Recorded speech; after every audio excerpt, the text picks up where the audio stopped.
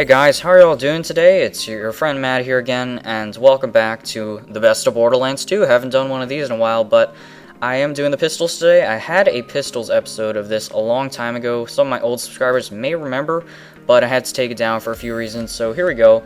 Doing this a bit different today. Instead of doing my 3 favorite weapons of the series, I'm going to do a bit of a countdown of my top 5 favorite, and I'm going to make them shorter intervals so that we can get straight to the point.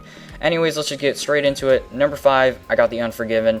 Didn't really like the Unforgiven at first, but if you use it for a while, if you know how to use it, it's one of the most powerful weapons of Borderlands 2. It's one of the new pearlescent weapons that came out with the recent DLC that gave us the level upgrade as well as these new pearlescent weapons. Unforgiven's one of my favorite out of the new pearlescent weapons. It's just ridiculously powerful. Of course, it's Jacob's item. I do have the 2 fur prefix on mine, and I like to use the siren, phase lock them, get an easy headshot, and just keep on doing that, and the gun's extremely powerful. Coming up next, I have the Ruby. The Ruby is one of my favorite pistols because it's just useful for so many reasons. Of course, I'm just running around the beatdown right here. Any damage that you inflict while having the Ruby equipped, a percent of that damage will go to heal your health, and it's just so useful. For example, when you're doing a farming run, or you need to get from one place to another in a short amount of time, what I like to do is use this with the Siren and the Rough Rider tactic, the Rough Rider shield, and the Breakneck Banshee class mod. You go around really fast. Obviously, the Rough Rider shield doesn't have any capacity, so with the Ruby equipped, any damage that I deal, phase lock, homing Stormfront, or the gun itself just heals me, and it's really easy to get from one place to another. And you can get the Ruby from doing the quest Rackaholics Anonymous, which you can get from Moxie and Sanctuary. Once you're done with the quest, make sure to turn it into Moxie instead of Mordecai, or else you won't get it. Anyways, next gun, I have the Infinities, also known as the ultimate Gunzerking weapon. And of course, the Infinities are my number 3 spot. They're not my favorite, though. I got that coming up soon, but Infinities are just really, really useful. Of course, they never run out of ammo, and Gunzerking with these weapons is just so good, and you can kill enemies in a very short amount of time. It's just a very powerful weapon, especially when you're using Gunzerker and 2 of them. The next few weapons, I am using the Gunzerker for all of them because, of course, this is a pistols episode. How can you go wrong with that? In a second here, I'm going to show you my Gunzerker build. You can get the Infinity from Doc Mercy if you didn't already know, but unfortunately, it's almost impossible to get it from Doc Mercy. I would recommend any other method of doing it if you have another method of doing it.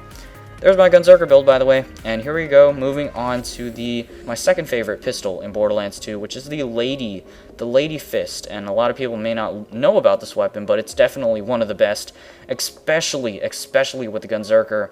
What the Lady Fist does, it has a 400% critical hit damage bonus, and this is useful when you're using the Lady Fist because it's a Hyperion weapon, so firing increases accuracy. So once you get to that maximum accuracy point, especially if you're using 2 of these at the same time, you can massacre any kind of enemy with just a few shots. But the problem is you just need to make sure that you're getting headshots, or else it's not going to work.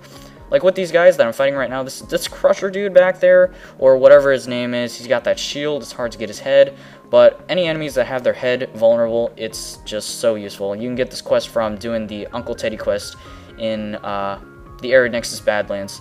And right here, here's a quick speedrun of me killing Piston's Blimp, or Piston's Zeppelin in Ultimate Vault Hunter mode. It's a lot of fun to use because his critical spot is so open on the Zeppelin, and it just takes me about 20 or 15 seconds to take this whole thing down, which is, it's really useful for many types of bosses or enemies. But like I said before, for some enemies, the Lady Fist isn't really good with at all. Anyways, moving on to the final weapon, of course, the Unkept Heralds. You can't go wrong with this pistol. Definitely the best pistol in the game. If you disagree with me, I'd love to hear your argument in the comment section below. But of course, these are what I like to call the all-purpose weapons, because you fight any enemy, any boss with this weapon, and it'll still do fairly decently well against any kind of enemy. And the Unkept Heralds are just extremely powerful. How to get these weapons? I'm not exactly sure. A lot of people say you can get it from Savagely. Of course, the new best way to get it is from getting it from the Torg vending machines in the Mr. Torg's Campaign of Carnage, the second DLC. And that is just about it for this episode. I hope you guys enjoyed, and I'll be seeing you guys some other time. Goodbye.